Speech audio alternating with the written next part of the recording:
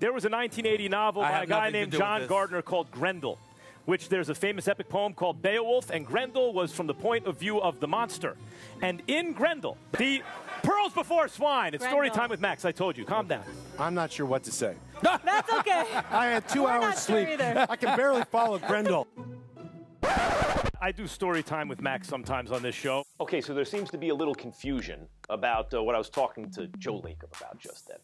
Stephen A. Smith rolling his eyes, Joe Lacob, it's going over his head because I brought up Grendel on the air. Now, let me back up a little bit. There's an epic poem called Beowulf.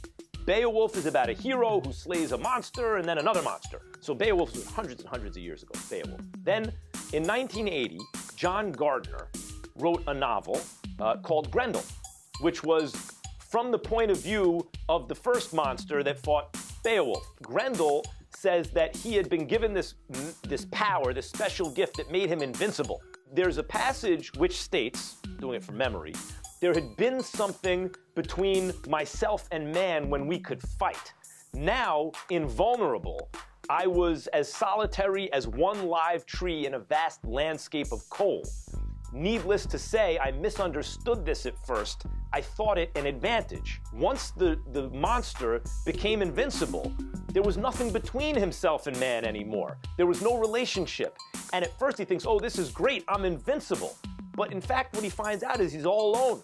There's no competition. And I was relating that to the Warriors because Joe Lacob has done this amazing job with the Warriors, but now they're invincible. Now that is through Lacob and others' hard work. Again, Steph Curry's the #7 pick.